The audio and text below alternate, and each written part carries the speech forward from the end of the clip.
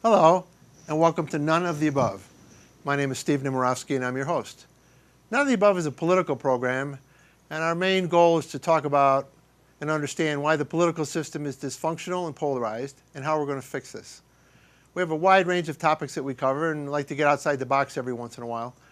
This is the time of the year when it's the Ideas Fest in Aspen, and I usually go and try and kidnap some of their speakers. Our guest today is going to be Angela Duckworth, a professor at the University of Pennsylvania. Angela got my attention for a few reasons, one of which she runs something called a character lab. Now on the show, when we've talked about dysfunction, etc., I've talked about leadership and a leadership vacuum we have in our country and people not wanting to step up and make decisions, make hard decisions, force compromise. We've lost that. But I fell in love with this new word, character. And I think our country has lost some of its character too. Angela's going to help us understand a little more about what character means and how she's going about building this character lab where she's teaching character to young kids. At the same time, I understand that Angela wrote a great new book, which I read, which is called Grit. Now we're going to learn from Angela that grit is a subset of character, but they all come together. And the fascinating part is that they can be learned tools. So you can develop character and you can develop grit. One of the things that Angela studied is the difference between just being really smart and intelligent and being successful and being gritty and successful. And she's finding that grit wins over intelligence. I thought this was fascinating. We're going to do something a little different today. Instead of me introducing Angela, she has a terrific short TED Talk that I think really encapsulates what we're going to be discussing with Angela. And before we start our conversation, we're going to cut to the TED Talk, and Angela's going to tell you herself all about grit.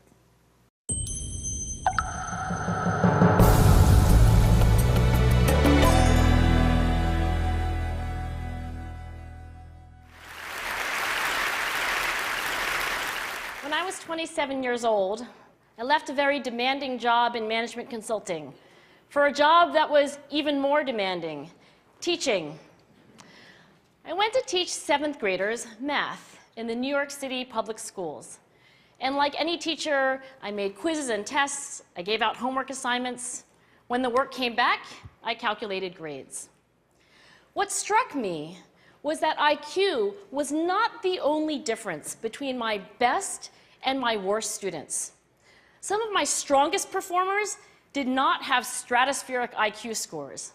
Some of my smartest kids weren't doing so well. And that got me thinking. The kinds of things you need to learn in 7th grade math, sure, they're hard. Ratios, decimals, the area of a parallelogram. But these concepts are not impossible.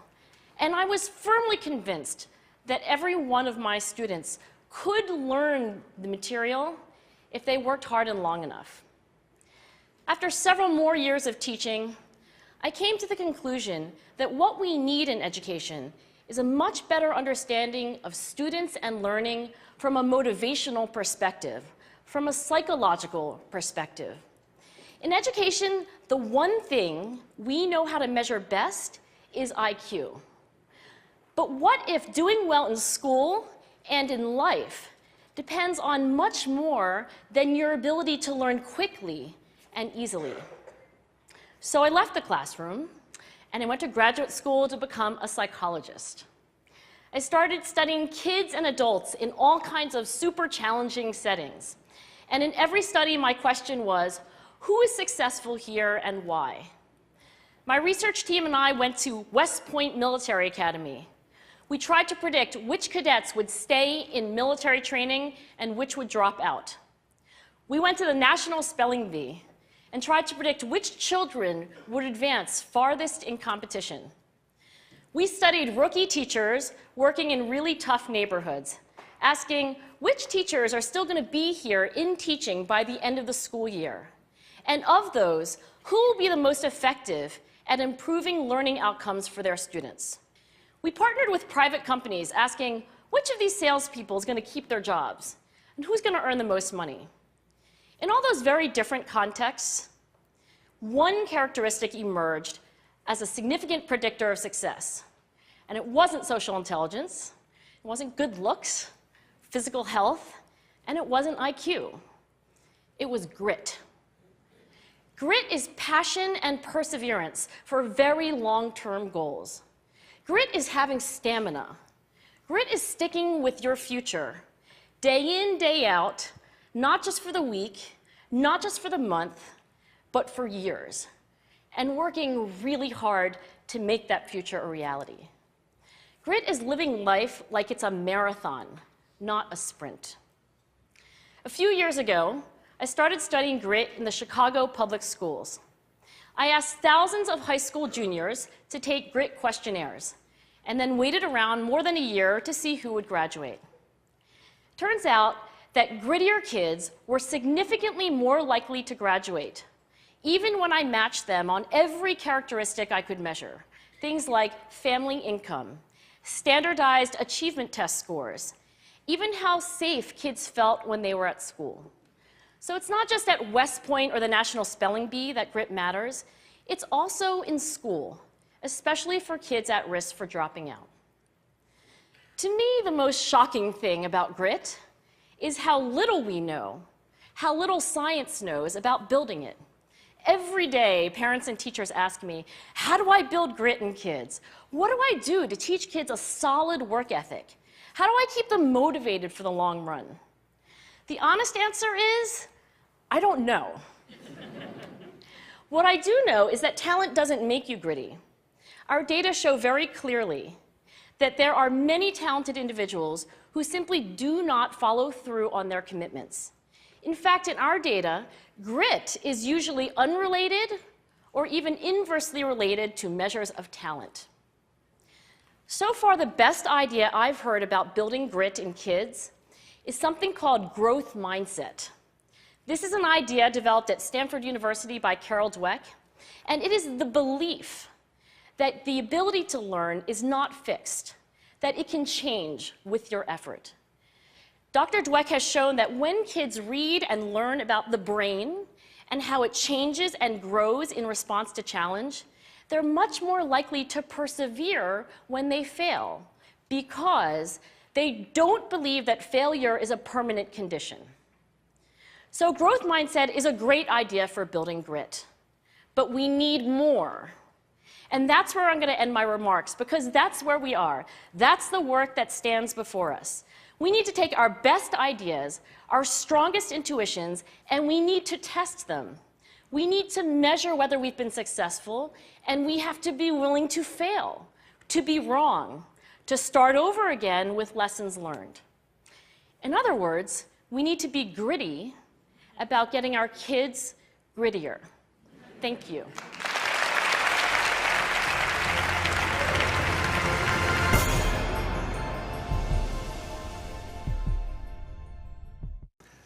So how did you find grit, or did grit find you? I found grit. I was a teacher before I was a psychologist, and I think any teacher can tell you that some kids do really well, some kids don't do really well. Of course, you're teaching the same thing on the same blackboard. And I originally thought as a teacher it was going to all be about smarts. It's going to be like some kids were great at math, that's what I taught, and other kids, you know, not so gifted. But I was amazed over the course of the year to find that effort, you know, like high quality attention and effort was a huge factor in which kids ended up doing well. And that was quite different from how smart they were. That led me to become a psychologist, and among other things, I've studied grit as one of the things that gets people to work very hard over long periods of time. If you've written a great book, who's the book for? Who should read this book? When I first wrote this book, I had in mind teachers and parents, because my life goal is to help kids thrive. That's what I did as a teacher, and I actually repurposed myself as a psychologist so I could, in a sense, go back to kids and with this new understanding of why they did the things they did, help them grow up to be as great as they could be. But actually, I think when I sat down with my editor, he made the point that really a lot of people are interested in grit who aren't teachers or parents. So I actually wrote the book for anybody who is interested in becoming the best person that they can be, and in some cases also raising children to be that way. And what's the feedback you're getting? Some people really love it. I think for some people it really resonates. They tell me that, they now have a word and a scientific literature to map onto their intuitions, and sometimes these people are very successful and would say that their superpower was never their IQ or their talent. I think other people have been critical, and so I've also heard people say that, when you emphasize things like grit, it sounds like you don't care about poverty or racism or structural barriers to achievement. And so I've gotten both positive and negative feedback. And we're going to get to this later, but one of the things you're doing in that regard is you've started the Character Lab to try and have an educational place to go here to develop character and grit. So you're responding to them, in other words, right? Well, I will tell you, whether I'm responding or not, when I was a teacher, I always taught public school kids. I never taught in a school that had, children of privilege, honestly. And so I don't know whether it's a change or just I would like to tell the world, of course I know that poverty exists. I have taught students from tremendous disadvantage, and so I don't think it's a change personally, but yes, I have a nonprofit called Character Lab, and it's just an extension of what I've always felt to be the case, which is that we should love all kids. Absolutely. I love my own 2 kids, but I think we should have special attention to the kids who have the least. And so Character Lab tries to help all kids thrive, but we pay special attention to the kids who have the least opportunity. Okay, so let's walk through the book quickly, because I know we don't have a ton of time today. And it starts with why it matters. So why does it matter? Life is hard, and doing things that are really great, whether it's having a show or writing a book, or, I really can say this about anything. I don't want to trivialize it, like baking a really great blueberry pie, right? If you want to do anything really well, anything worthwhile, it's going to take a lot of effort, and it's going to take a lot of failures, a lot of missed attempts. And so what is the psychology of trying really hard and getting up again when you fall down over and over again so that you can accomplish something of worth? That is actually why grit matters, because nothing that's worthwhile in this world is easy to do. So I know when I was in school, and a long, long time ago, and you were in school more recently, but you tell a story about you being in school, and you took a really hard class, and they wanted you to drop the class. And then you didn't do well in your next exam, and they still wanted you to drop the class, and you dug deep. And I guess I'm bringing this because I don't think I ever learned that lesson when I was in school. Interesting. I became a professional, and when I was a professional and I had clients, I understood that if I didn't perform at an A level for them, I couldn't retain them. And I had to learn what their A level was, not my A level. And I had to get to their A level. So it was like getting a grade. It was like what you went through. How hard is it for people to figure out how much they can push themselves to get to their A level? It's a great question, and I will tell you that people are going to have different stories, right? So how you figure it out, that lesson sounds like it was different from how I figured it out. I will say this, you never really know, do you? Right? That's one thing I would love all young people to appreciate. They have told me, my own students when I was teaching 7th graders or 16-year-olds, like 19-year-olds now at a university, they'll tell me that they've reached their limit. They'll tell me that, they can't do better. I tell them, you don't really know. I don't really know, right? But we should start from the idea that, it sometimes feels like you've done your best. It sometimes feels, kids will tell me this about math. It's like, I've gotten to this level of math, but I can't possibly do calculus, right? Because I know that this is, the kind of person I am, these are my genes, whatever, but they don't really know. And I think if you at least start from that if you don't know, maybe you should, try a little harder, try a little differently, try to get a little help from someone who's maybe a better tutor. I think the not knowing kind of sets you free to start experimenting. So the interesting thing about grit, and you distinguish it from intelligence, is that grit can be learned. It can be developed. Your intelligence, most people probably have a plateau where they can go on intelligence tests or something, but you don't maybe have a grit level. You can learn to get to your grit level. So I'm going to say 2 things. One is I do think grit can be learned. I think curiosity can be learned. I think gratitude can be learned. I think every aspect of what Aristotle and Martin Luther King called character can be learned. People can get better.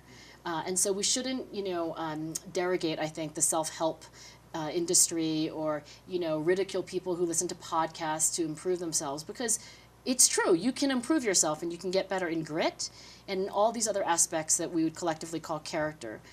But let me disagree with you on the first thing, which is I think you have an intuition that you can't really change how smart you are, that basically your intelligence is whatever it is, and it's fixed, and it's probably largely biological and, kind of something you were born with. Neuroscience and other kinds of evidence suggests that actually, depending on your environment and your enrichment and how much you end up thinking and how much stimulation you get and how much challenge, you can actually make intelligence go up and down. And so I think the moral of the story of human development is that much more is malleable than we ever thought. And so you can't change your height and you can't change your eye color. But I can't change my weight. you can change your weight. You can change your weight. You think you can't. I need grit. You do. You need grit, and it's not easy. It's not easy. But when it comes to the mind and willpower, and grit, and so many things that we would consider, character, not your weight, but at least the willpower to do. I think those things are things that you have something that you can do. Now, one thing I found fascinating is you found ways to, I don't know if it's called testing grit or at least predicting grit. So you go to a military academy, predict who's going to survive the military academy. You can go to a spelling bee, figure who's going to do well in a spelling bee. You can predict this.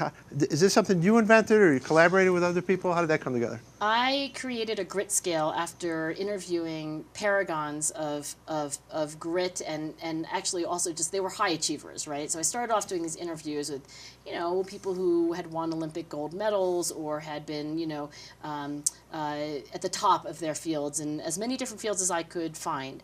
And when I found this through line, this kind of, pattern of people who were so passionate about what they did, and also not just passionate, but hardworking, sustaining that kind of consistent passion and work over time, I said, why don't I write down in a questionnaire the kinds of things that I hear in these interviews, and that became the grit scale.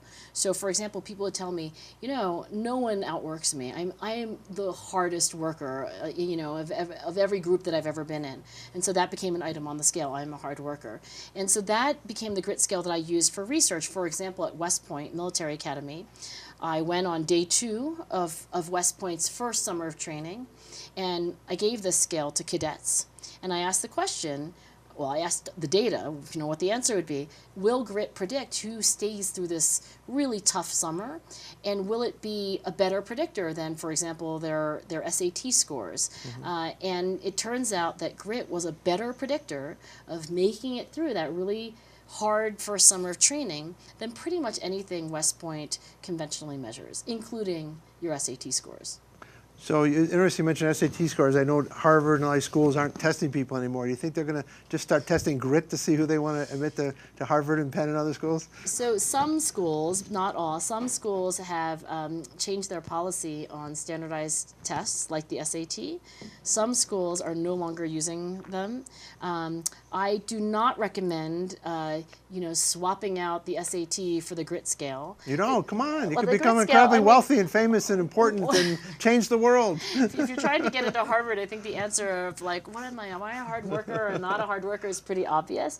So I think all self-report scales, including the ones I use for research, where in research, you're not trying to get into Harvard, you're just filling out a confidential questionnaire.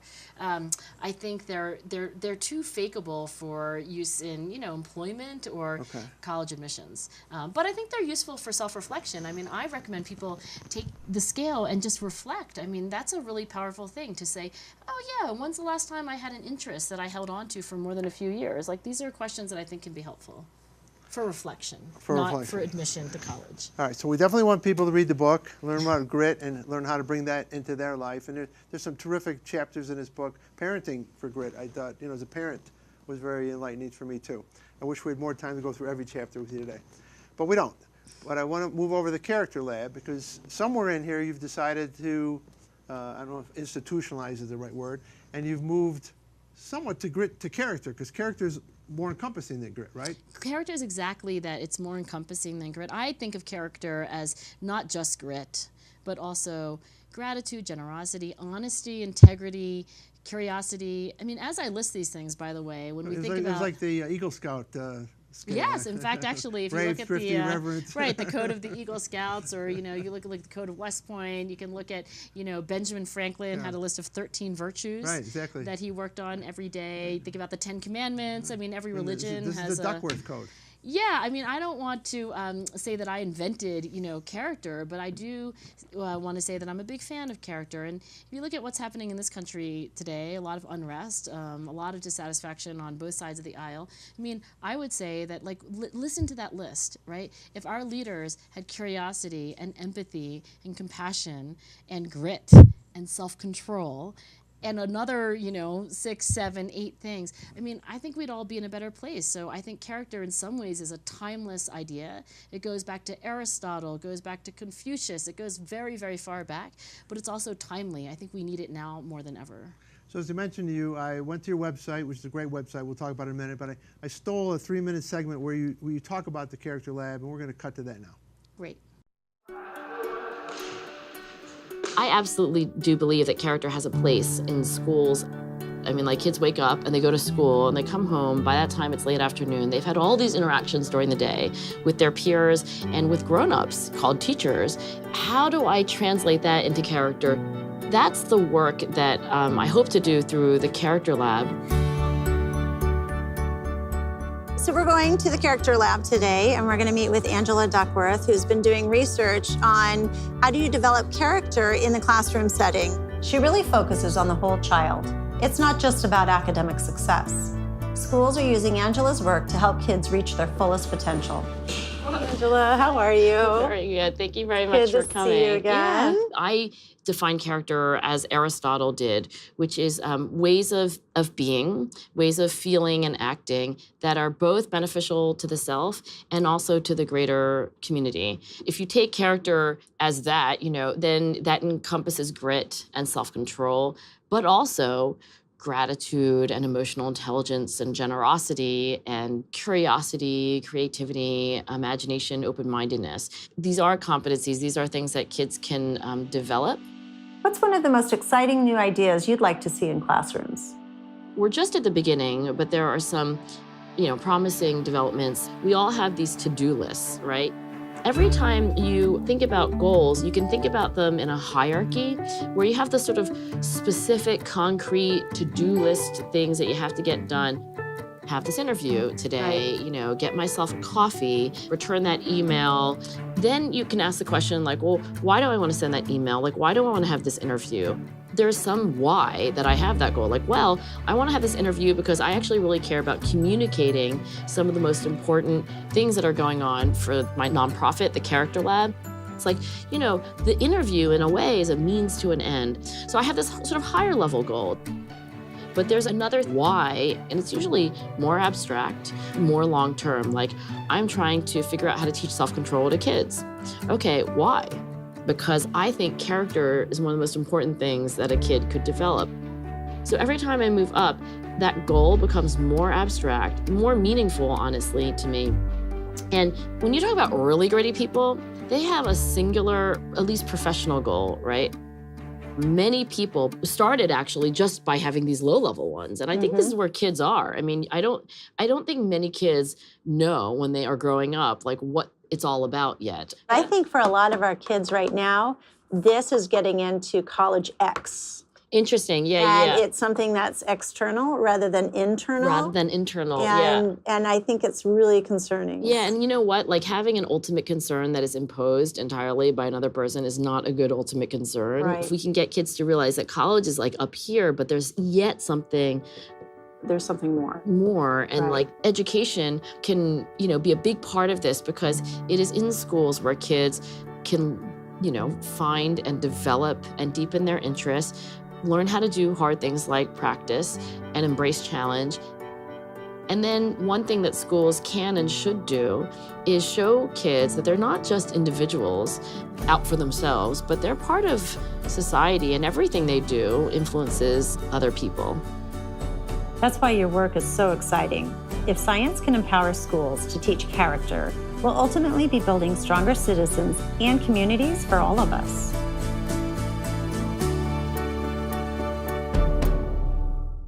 So I mentioned I went to your website and stole the video. let's talk about the website. Because it's very educational, and I think it's a great insight into what you're doing right now. So if I go to your website, what do you want me to find there, and what do you want me to learn when I'm there? So come to my website, characterlab.org. Should have asked that part too. Yeah, right. So I'm pitching it. I'm selling it, man, and it's easy to sell because it's free. We're a nonprofit.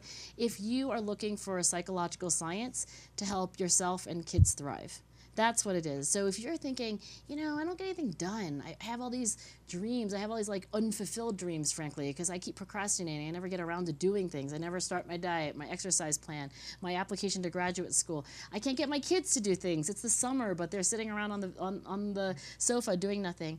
There is, for example, the science of goal setting and planning in, I think, about as easy to understand a form as possible. So we took all that hard science that comes out of journal articles and research laboratories, and we put it into language, I think, that anyone could understand. We have goal setting and planning activities, where it's like if you want a sheet to actually write down your goals and make plans based on science, here's really the most efficient way to do that. There are videos. I mean, I think the idea for me is that psychological science really can be helpful, but I don't think most people are going to go and read academic articles that are very long and very technical and read like 150 of them and then go back and say, okay, now I know what to do about my procrastination problem. So you can go there for all kinds of ideas, not just about goal setting and planning, curiosity. There's information, of course, about grit. There's information about how experts practice, and it's a work in progress. So I would say that if you come visit characterlab.org, you should also come back because we're trying to make it better and we're trying to offer more. And we have time for maybe one last question here. And now you're taking this into the schools, right? So you're moving a program into the schools. How's that going? So we are working with schools, but we're not actually going in person and standing up in front of the classroom. We're actually mostly interacting with teachers through our website. So really what you see on the website is mostly how we're interacting with schools. And we are actually, in addition, in July, which is not very far from now, July 12th and 13th, we're having an in-person event in Philadelphia hosted by me and my friends for teachers who are really passionate about learning more about the science of how kids thrive. And if you look on the website and you see that it's sold out, it's not exactly sold out because I saved some spaces. So if you email info@characterlab.org, then I might be able to squeeze you in. Okay, and if they can't get squeezed in, will that then be on the website and they'll be able to see the videos of that? Exactly. Well, I congratulate you on a great adventure. Thank you. I don't know where you see yourself going next year, and obviously I have a sense that the grit within you has that all mapped out what the goals are. Just trying to get better. That's what gritty people do. Congratulations. Thank you. Well, I certainly hope you enjoyed today's show. As always, we wanted you to have fun, and we wanted you to get educated a little. You can't avoid having fun with Angela because she's a dynamo, and she's got a strong message, and she's an educator. So hopefully you've learned a couple things today. You've learned about grit, and you've learned about character. Two very strong words, but two words I think we need to bring back in order to help break this cycle of dysfunctional polarization. Particularly character. I think we've got to find political actors that are willing to step up and make a difference and solve problems, and I think a lot of that has to do with character. So I encourage you to check out the Character Lab that Angela's developed. They've got a great website and a lot of learning tools there, which you can use perhaps in your life. And I encourage you to read her book, Grit. It's a great book. And again, grit can be learned. So if there's parts of your life that could use a little grit, I think if you pick up the book and study that, you'll find some answers and maybe make a difference in your own life. Remember, if you're not part of the solution, you are part of the problem. Thank you.